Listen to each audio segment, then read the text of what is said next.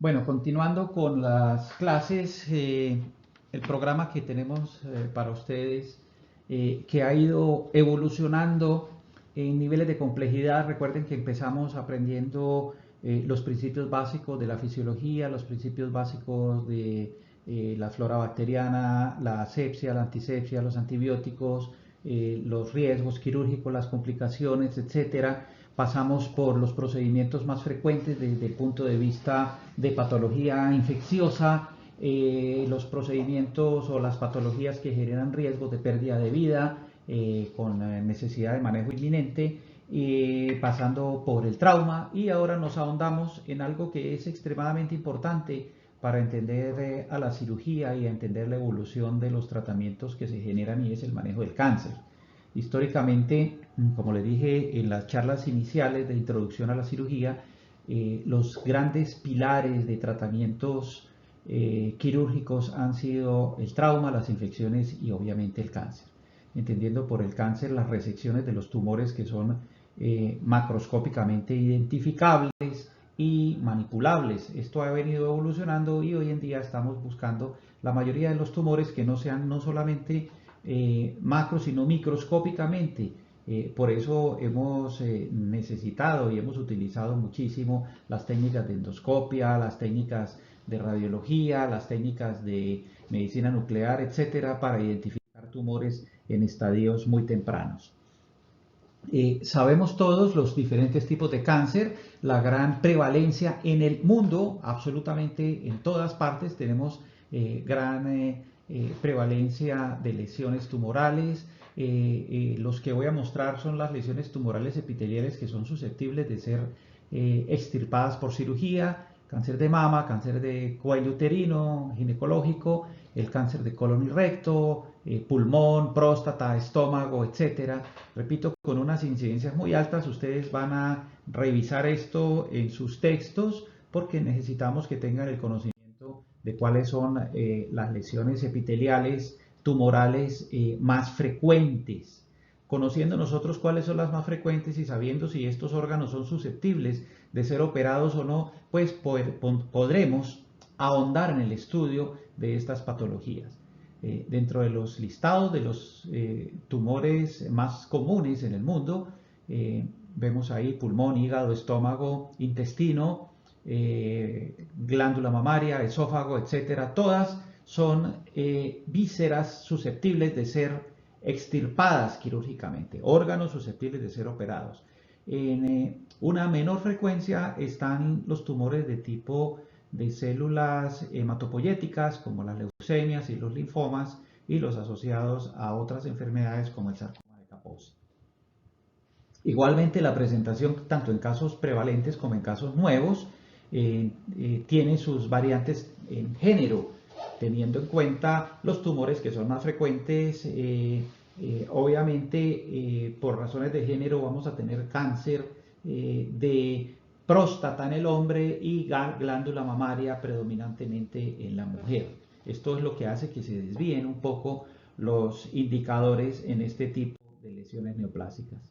Igualmente, las tasas de sobrevida las vamos a tener muy bien identificadas en diferentes países en los cuales hay mayor grado de desarrollo socioeconómico. La razón, pues la sabemos todos: se requieren recursos tanto para el diagnóstico temprano como para el tratamiento oportuno. Igualmente, el tipo de vida desde el punto de vista de costumbres socioeconómicas y socioculturales favorece en un momento dado la identificación temprana de algunos tumores y sus tratamientos más oportunos y más prontos. Igualmente, la mortalidad del cáncer es muy importante tenerla en cuenta. En Colombia tenemos tasas en ascenso, dependiendo de los diferentes tipos y de las diferentes presentaciones socioculturales de los mismos. La incidencia y la mortalidad por cáncer en Colombia, acá está más específico, como glándula mamaria tiene una altísima importancia, con una incidencia bastante marcada en los últimos años, por lo que se están haciendo campañas de detección precoz. Tal vez estamos detectando más cánceres tempranamente, por esto aumenta la tasa de diagnóstico del mismo con una tasa de mortalidad relativamente controlada. Esto habla del diagnóstico precoz. Igualmente cervix, colon recto, estómago, glándula tiroides, pulmón, etc. Con factores de riesgo muy identificables, uno diría que no habría una razón específica por la cual el ser humano tenga tanto cáncer, pues todos estos factores son susceptibles de ser controlados, sobre todo el que tiene que ver con el tabaco y el que tiene que ver con el alcohol. Son, junto con la obesidad, que la veremos ahora en las próximas diapositivas, son factores de riesgo completamente voluntarios. Las personas deciden fumar, las personas deciden tomar alcohol y esto los va a llevar a mayor riesgo de cáncer, indudablemente. ¿Sí? También tenemos la forma de manejo preventivo de la parte infecciosa con el control del virus del papiloma humano. Todos sabemos su importancia en el cáncer de cervix y en el cáncer de cavidad oral.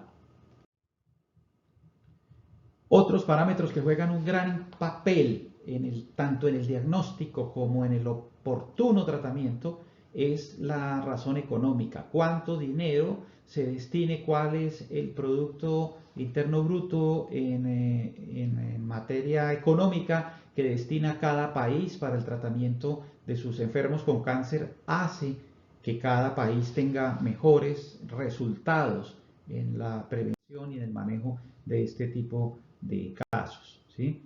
En Colombia, el cáncer, después del trauma y de las enfermedades cardiovasculares, ocupa una importante tasa de mortalidad. El 17% de la gente que fallece en Colombia es por cáncer. Debemos nosotros identificar esto, saber que existe. Esta es la gran importancia para ustedes como médicos en formación, que siempre estén pensando en el cáncer en los pacientes, porque la única forma de hacer diagnósticos tempranos y de hacer diagnósticos oportunos es que estemos pensando en que en este tipo de enfermedades están en nuestro medio, están en nuestra gente, probablemente hasta estén entre nosotros y no nos hayamos dado cuenta. Entonces, ¿qué tenemos que hacer? Tenemos que aprender a identificar este tipo de lesiones. No importa la estabilidad económica de la empresa donde nosotros estemos trabajando. Hemos sabido de múltiples empresas en Colombia que han sido sancionadas por la superintendencia por no hacer diagnósticos tempranos. Si nosotros vamos a trabajar, si ustedes van a trabajar en una entidad en la cual les restrinjan los métodos diagnósticos, yo creo que es hora de ir pensando en que el médico que le restrinjan su libertad para establecer diagnósticos específicamente de cáncer debería considerar cambiar de lugar de trabajo y decir: me voy de este lugar de trabajo porque me inhiben algo que está dentro de mi profesión, que es hacer diagnósticos tempranos. Al paciente no se le debe negar la oportunidad de tener un diagnóstico oportuno, más si estamos hablando de cáncer.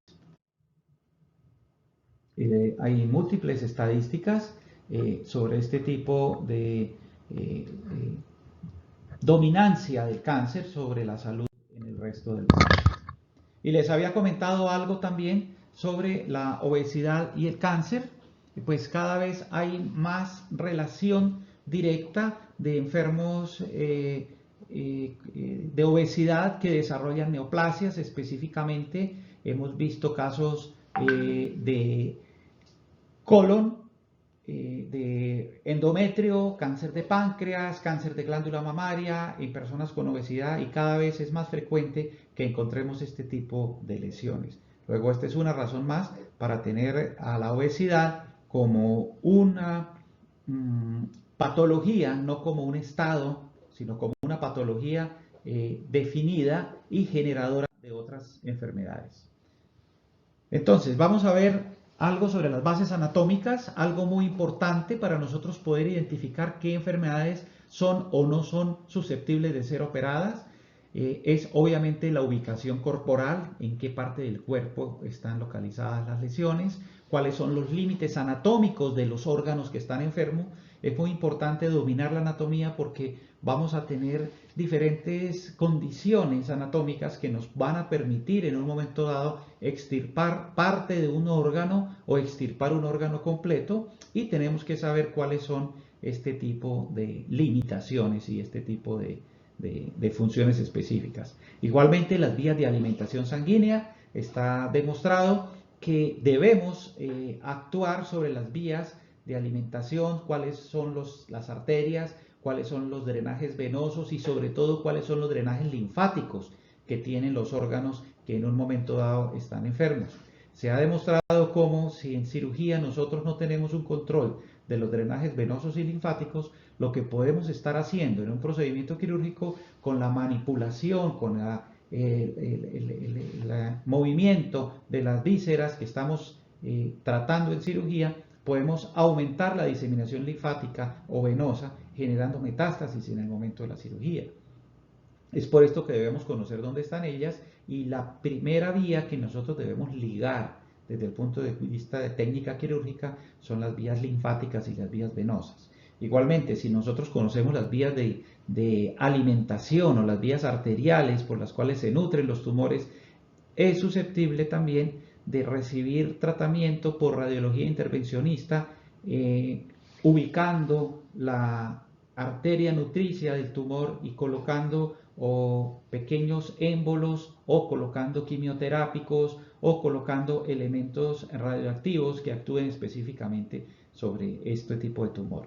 Igualmente, las vías de excreción de sus secreciones, cuando estamos hablando de glándulas, es muy importante tener el control de las mismas, o si no el control, por lo menos saber que esas vías de excreción pueden estar contaminadas de células tumorales. Vías de drenaje linfático, ya las comentamos. Las conexiones neuronales, hay algunos tumores que viajan fácilmente por las vías perineuronales, lo mismo por las vías peritendinosas, que generan unos caminos de diseminación tumoral porque no existen barreras anatómicas definidas dentro de estas vainas neuronales o tendinosas. Igualmente, es importantísimo conocer las acciones neurohormonales, neurohumorales, porque muchos tumores se pueden identificar tempranamente por la liberación de péptidos o por la identificación sanguínea de marcadores tumorales, que son antígenos específicos que nos permiten este tipo de diagnósticos. Importante conocer el origen epitelial o el origen conjuntivo de los mismos. Esto genera la gran mayoría de los órganos que son susceptibles de sufrir neoplasias. Saber cuál es el crecimiento celular de cada uno de los diferentes epitelios, cuál es la velocidad de crecimiento de cada uno de los diferentes epitelios. Sabemos nosotros, por ejemplo, que en la etapa de crecimiento y desarrollo, en los primeros años de vida, la acción que tiene la hormona del crecimiento sobre diferentes tejidos hace que crezcan más rápido, y en un momento dado se puede generar una pérdida de la diferenciación con aumento del crecimiento de un tejido y generar un tumor. También sabemos, por ejemplo, en el tracto digestivo, cómo la mayoría de las células del estómago y del tracto digestivo superior tienen una rata de crecimiento supremamente rápida y alta para evitar la agresión del ácido clorhídrico sobre las mismas. Pues bien, esta rápida crecimiento puede hacer que en un momento dado se genere una traslocación en el ADN, y su célula de la progenie que le continúa puede ser una célula tumoral. Igualmente, con todos los tejidos que tienen un rápido crecimiento, podrían darse este tipo de acciones. Por eso la importancia de conocer el tipo de epitelios a los que estamos trabajando. Esto genera una alta actividad mitótica en un momento dado sin el adecuado control y sin el adecuado limitación a la muerte celular, la apoptosis, que es la muerte natural de las células debe darse en condiciones normales para evitar que este crecimiento celular llegue a límites desbocados y por ende la producción de células neoplásicas que vayan a migrar por los diferentes lugares anatómicos, ¿sí?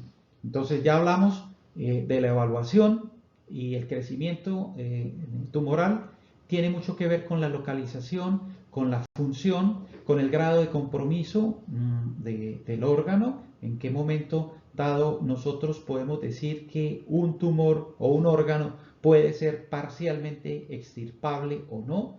Tiene que ver con estas situaciones, la ubicación, que tan fácilmente puede ser extirpable, el grado de compromiso, si es un compromiso parcial o si es un compromiso total, ¿sí? El componente vital que pueda tener un órgano en un momento dado, ¿sí?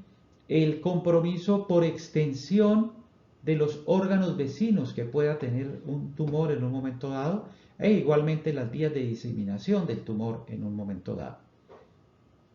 Esto es muy importante y determina el grado de resecabilidad de un tumor, ¿sí? Podemos tener compromiso parcial y pequeño de un segmento de órganos vitales como el hígado, por ejemplo, pero si es un tumor pequeño del lóbulo izquierdo, lo podemos extirpar con márgenes de seguridad y el paciente va a tener una muy buena evolución. Igualmente, si no estamos ante un órgano de alta vitalidad, como podría ser el apéndice, como puede ser el ovario, como puede ser un segmento aislado de intestino, podemos extirparlo tranquilamente sin que vayamos a afectar, pues no estamos hablando de la vitalidad, pero si estamos hablando de un tumor en el corazón, pues la situación es muy diferente, o si estamos hablando de un tumor en el cerebro.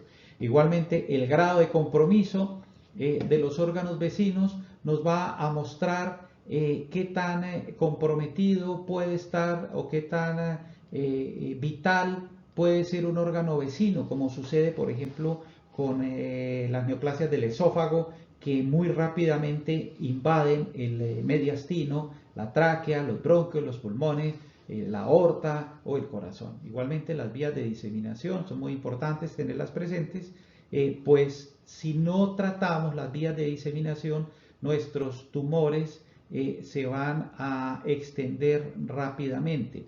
Y una situación muy importante es conocer la historia natural y la sobrevida esperada de los tumores.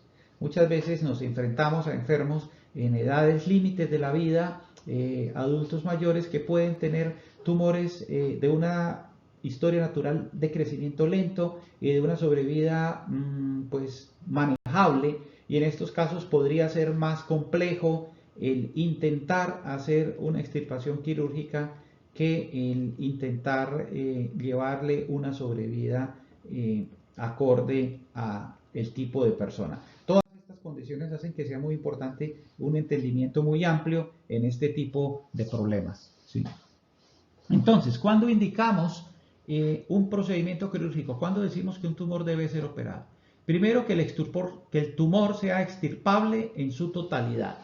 Esta es una gran principio de la cirugía oncológica, que el tumor sea extirpable en su totalidad. No vamos a hacer absolutamente nada extirpando parcialmente un tumor, más si obviamente estamos hablando de tumores malignos. Segundo, que se puedan garantizar márgenes de resección libres de enfermedad. ¿Qué quiere decir esto? Cuando hablamos de márgenes de resección, estamos hablando de que tanto en sentido proximal como en sentido distal, los límites de estos tumores no tengan enfermedad tumoral, ¿sí? Tercero, que no exista enfermedad metastásica a distancia, o que si existe, esta sea tratable en la misma cirugía o con otro método oncológico que sea efectivo. Esto quiere decir que si estamos ante una enfermedad metastásica, se plantee si es una enfermedad metastásica terminal o es una enfermedad metastásica tratable. Por ejemplo, algunas neoplasias como el cáncer de tiroides con mucha frecuencia da metástasis a los ganglios, y en la misma cirugía es susceptible de ser tratados los dos tumores. Además, el cáncer de tiroides tiene una nobleza muy importante, si estamos hablando de cáncer bien diferenciado, papilar o folicular, es que son tumores que son fácilmente seguibles y dan un muy buen pronóstico, incluso si tienen enfermedad metastásica. Hay muchos otros tratamientos, su rata de crecimiento es lenta, su seguimiento, repito, permite a mediano y a largo plazo muy buenos resultados, incluso si se tiene enfermedad metastásica. Hay algunos otros casos, como el cáncer de colon, en el cual si se tiene un tumor de colon que esté generando un componente obstructivo, hay que extirparlo, así tenga metástasis. Pero estas metástasis de este tipo de neoplasias hoy en día son relativamente tratables con protocolos de quimioterapia y de radioterapia localizada, lo cual permite con otro método oncológico tratar este tipo de enfermedades. Y algo muy importante para tener en cuenta, que la cirugía no comprometa la vida ni la del paciente. Que el procedimiento quirúrgico pueda ser garantizable como un procedimiento seguro en un momento dado para el manejo de un paciente por parte de cirugía oncológica. ¿Qué nos ha mostrado la historia de la cirugía oncológica? Grandes resecciones, tumores muy grandes que se llevaban a cirugías supremamente mutilantes, cirugías antifuncionales, resecciones muy amplias. La historia, por ejemplo, de la mastectomía es un ejemplo en la cual la cirugía de Halsted inicialmente podría involucrar reja costal, podría involucrar cadena mamaria interna, resecciones de músculos pectorales, y todo esto demostró con el seguimiento que los pacientes fallecían de todas maneras de enfermedad tumoral por enfermedad metastásica a pulmón, a hueso, a cerebro, a hígado, etc. Lo que hacía o obligaba a pensar que la enfermedad sí era de un inicio local, pero muy tempranamente estas enfermedades terminaban siendo sistémicas. Esto hizo cambiar el pensamiento de este tipo de enfermedades, pensando en que hay que entender a las enfermedades oncológicas como unas enfermedades sistémicas y tenerles siempre en mente que estas enfermedades deben tener un tratamiento sistémico, porque no porque sea muy grande el procedimiento local vamos a tener unos buenos resultados.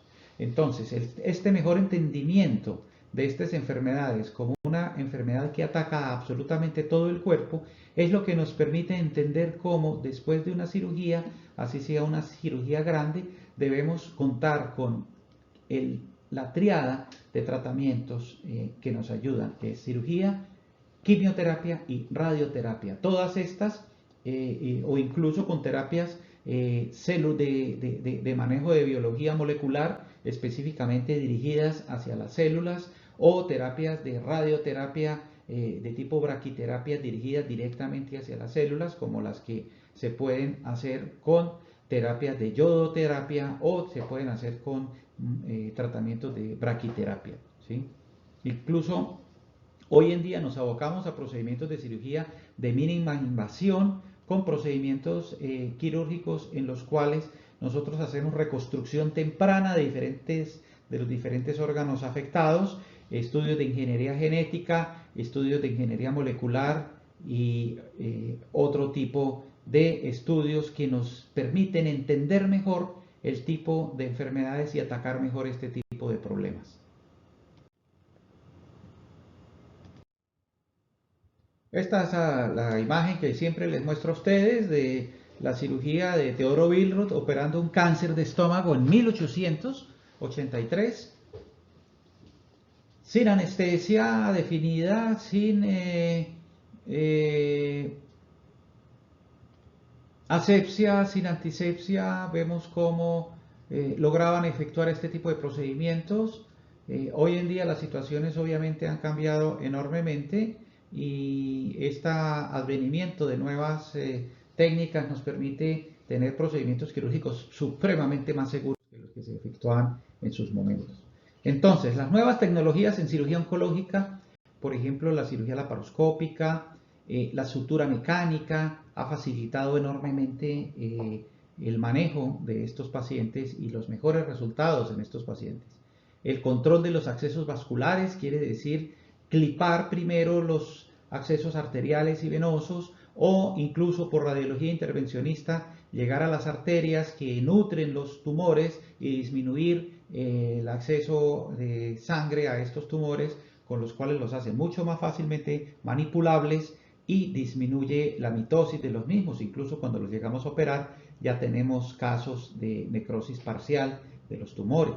Igualmente la cirugía endoscópica con resecciones por endoscopia digestiva está en el mundo muy en boga en los cánceres gástrico temprano hacer mucosectomía endoscópica. En Bogotá tenemos grandes líderes de este tipo de técnicas, lo cual nos permite a los colombianos poder aprender de este tipo de acciones. Igualmente la presencia de equipos de ultrasonido que nos permiten hacer diagnóstico intraoperatorio tanto en la sala quirúrgica como en la sala de endoscopia, del nivel de profundidad que pueda tener una célula tumoral.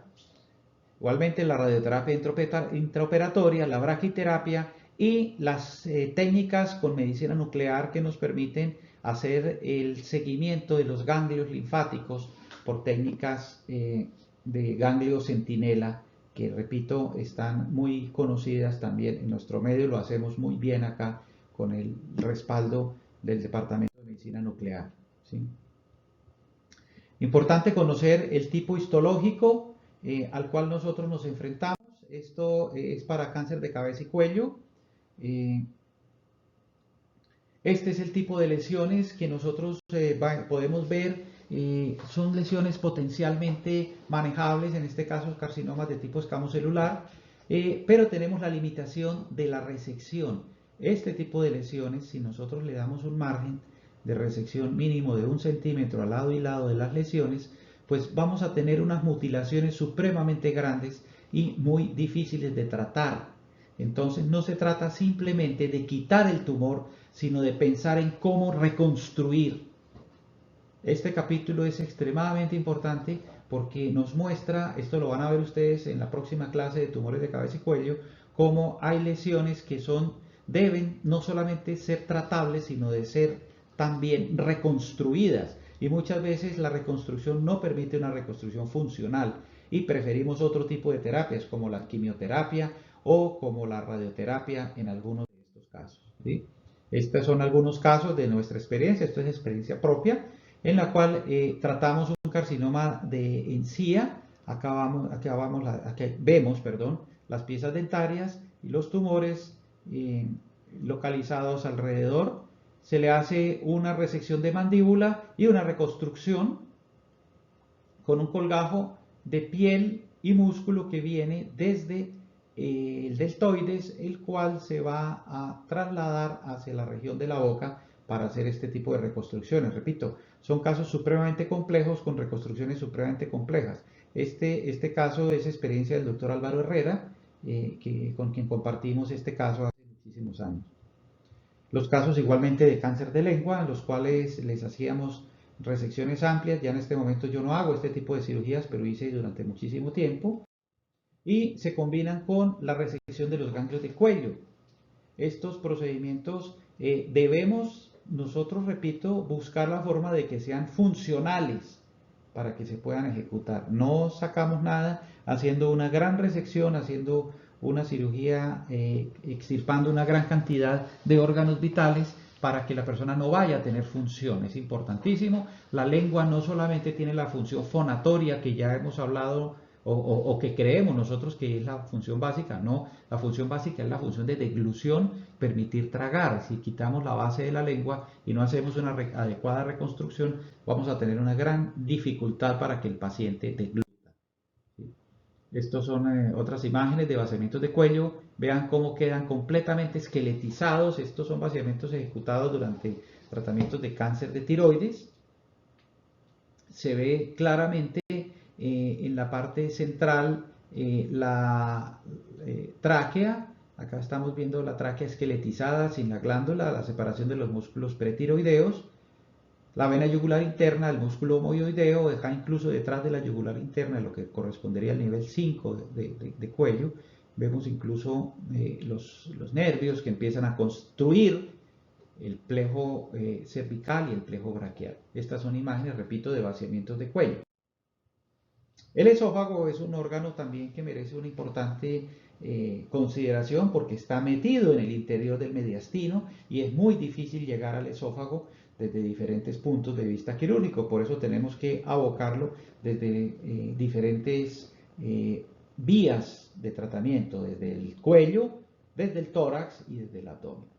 El esófago tiene una característica muy especial y es que tiene una riquísima red linfática que hace que se disemine muy rápidamente las células tumorales tanto en sentido proximal como en sentido distal. Y otra connotación anatómica y funcional muy importante que tiene el esófago es que no permite que se le quite ningún segmento. Al quitarle un centímetro o al quitarle un segmento de esófago, los extremos se van a retraer y no vamos a poder nosotros afrontar el esófago. Y al no poderlo afrontar, nos vamos a ver abocados a cirugías o tensas o que se van a deshacer. También la parte externa no tiene capa serosa, que la tienen las vísceras abdominales, lo que le da cierta consistencia y maniobrabilidad al procedimiento quirúrgico. Esto hace que el esófago sea un órgano de todo o nada. Lo quitamos todo o no lo quitamos porque va a ser difícil la manipulación.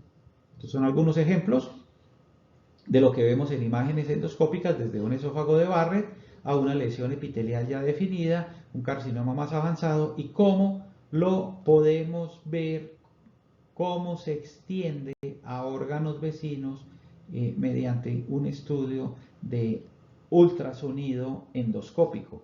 Esto que estamos viendo nosotros en esta imagen es tumor que se extiende al interior del esófago en este caso y se identifica por este tipo de técnicas.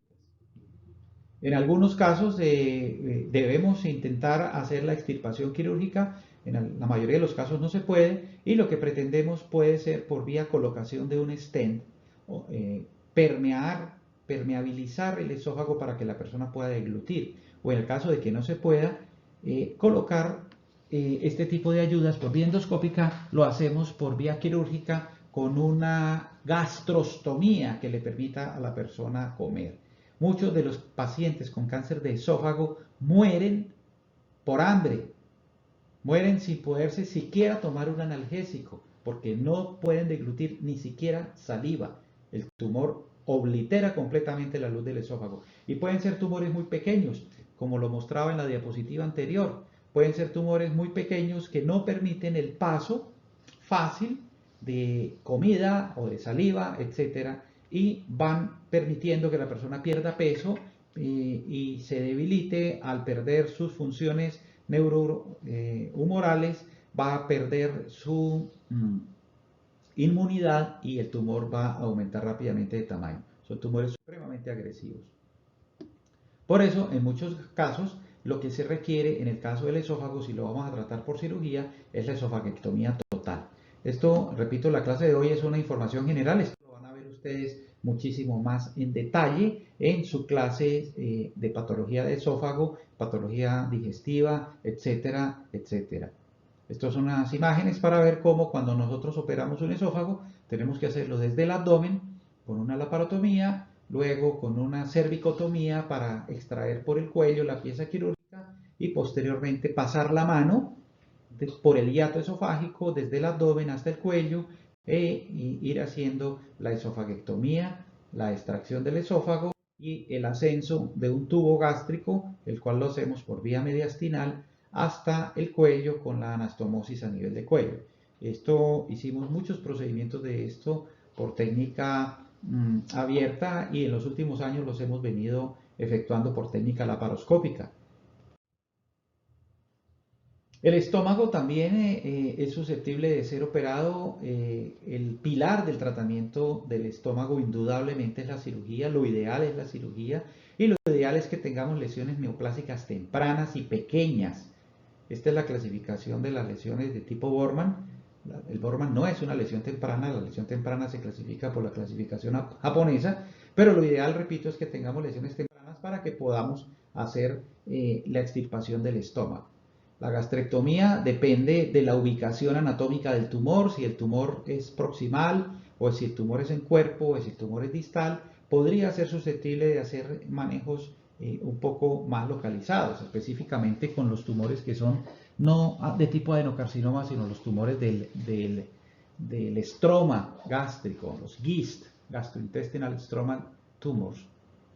Igualmente muy importante en el estómago la identificación de los ganglios, la ubicación de los ganglios linfáticos, de los grupos ganglionares en el estómago nos ayuda a definir la técnica quirúrgica que se va a efectuar. Pues este tumor es relativamente manejable desde el punto de vista de tumor primario, pero perdemos la batalla o el paciente pierde la batalla por las metástasis ganglionares. Por esto debemos siempre pensar en la posibilidad de extirpar todos los ganglios en el curso de estas cirugías. Esta es una vista endoscópica de lesiones más pequeñas, lesiones más avanzadas, ¿sí? Hasta llegar a lesiones francamente gigantes con necrosis de las mismas. Esta es la identificación tomográfica de este tipo de lesiones.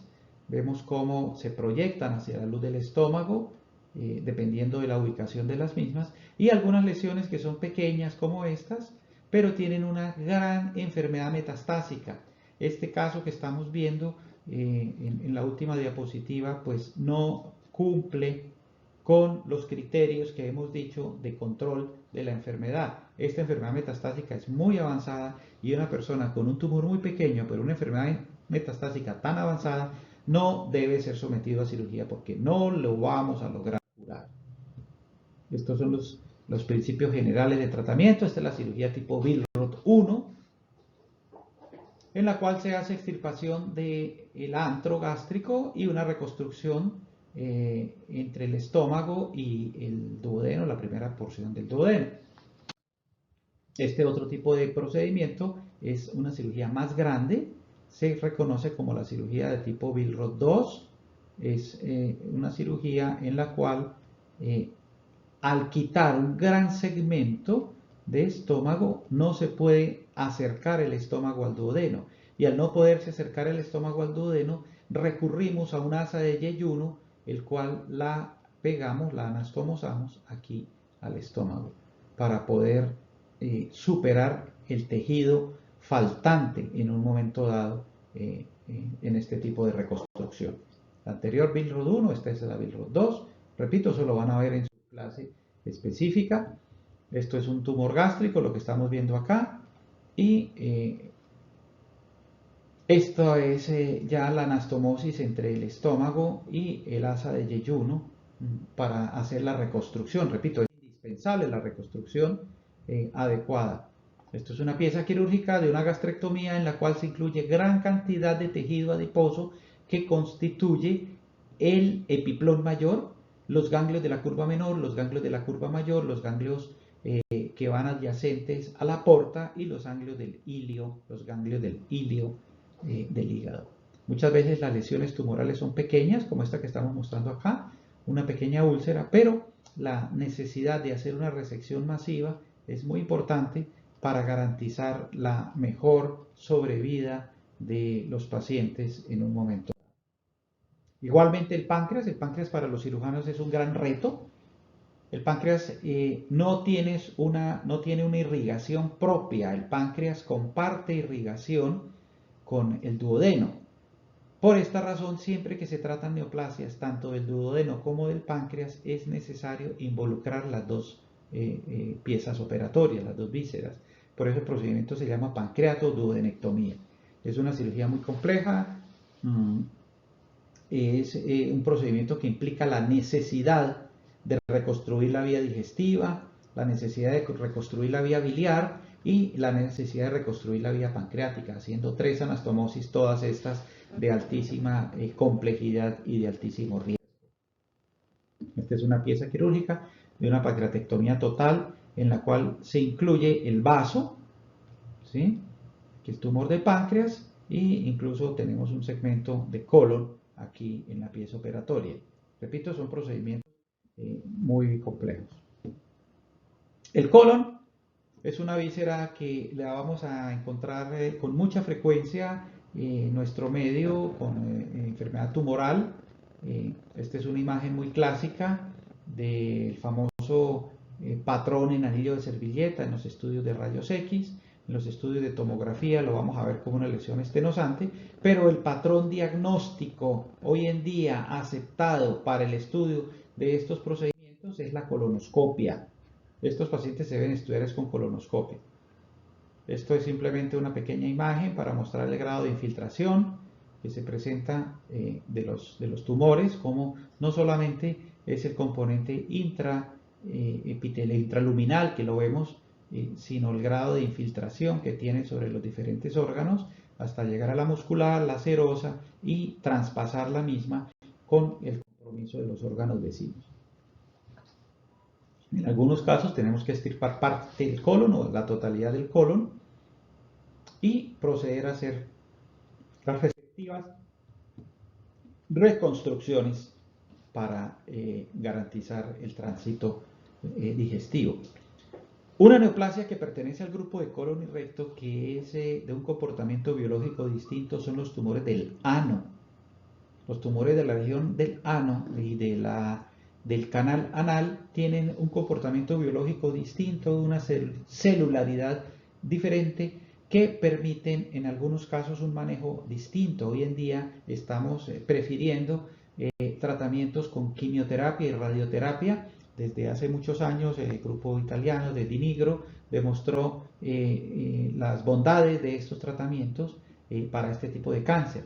De todas maneras, estas personas requieren que se les efectúe un procedimiento llamado colostomía, en la cual abocamos a la pared anterior del abdomen una asa intestinal para que puedan defecar y manejar el tránsito intestinal por otro lado, que no sea dentro del tumor propiamente dicho. Estas son las campañas que en Colombia en este momento están presentes. En octubre es el mes del cáncer de colon, creo que en septiembre es el mes del cáncer de mama. Hay diferentes campañas y actividades para sensibilizar a las personas para que estén pendientes a este tipo de programas de ayudas para prevención de tumores. Pues bien, tejidos blandos hace parte de los tejidos no epiteliales, sino de los tejidos conjuntivos, y hay una gran cantidad de tumores. Debemos aprender a identificarlos como estos tumores que son los melanomas, que marcan con su propia tinta, o los sarcomas de tejidos blandos.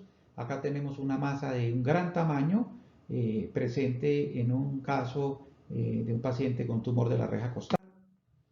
Incluso este tipo de lesiones, esto se trata de un carcinoma escamocelular sobre una cicatriz de una enfermedad varicosa en miembros inferiores. Son lesiones que debemos saber que existen, debemos aprender de ellas y aprender a hacerles un manejo temprano. Estas no son lesiones infecciosas, la necrosis es por necrosis tumoral. Obviamente que son lesiones que huelen feo, se contaminan, tienen bacterias, pero el producto o el origen de estas enfermedades, el origen de estas enfermedades es cáncer, no es una infección. Esto es una lesión tumoral y lo primero que nosotros tenemos que hacer antes que cualquier tratamiento antibiótico es tomarles una biopsia para un adecuado manejo tumoral. Igualmente, esta persona que presenta un sarcoma en la región del sacro con una extensa lesión aparentemente podría ser clasificada como una escara sacra por decúbito, pero no, esto es un cáncer extenso que lesiona este tipo de tumores. Igualmente, esta persona tiene un carcinoma metastásico a la ingle originado en la región del periné, y esto es una metástasis tumoral a los ganglios linfáticos que debemos identificarla como tal y tratarla como tal. Repito, el objeto de esta clase no es ver este tipo de tratamientos específicos, ya lo verán en el resto del semestre, pero el objeto es sensibilizarlos a ustedes hacia la presencia de estas enfermedades que están en nuestro medio, nos afectan, y cada vez el objetivo que nosotros debemos tener es la identificación temprana de las mismas para que se tengan mejores resultados en el tratamiento. Igualmente, glándula mamaria, que no se nos acabe la vida. Hay una importantísima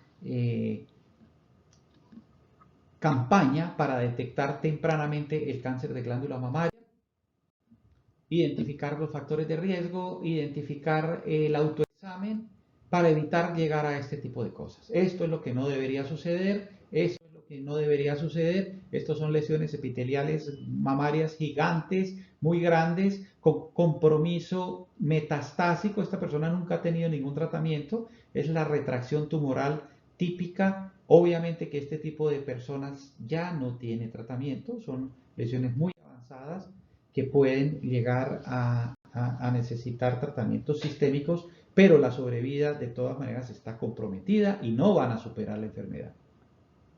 En algunos casos se llega a mastectomías. Esto es el producto de una mastectomía total. Hay una ausencia quirúrgica de la glándula mamaria, está la cicatriz, pero la idea es que nosotros lleguemos a hacer diagnóstico temprano con mamografía, detección temprana de los tumores para disminuir la existencia de enfermedad tumoral de gran tamaño, para disminuir la prevalencia que hay en nuestro medio de carcinoma en estado 3, que inicialmente era el más frecuente, enfermedad avanzada, casos prácticamente intratables.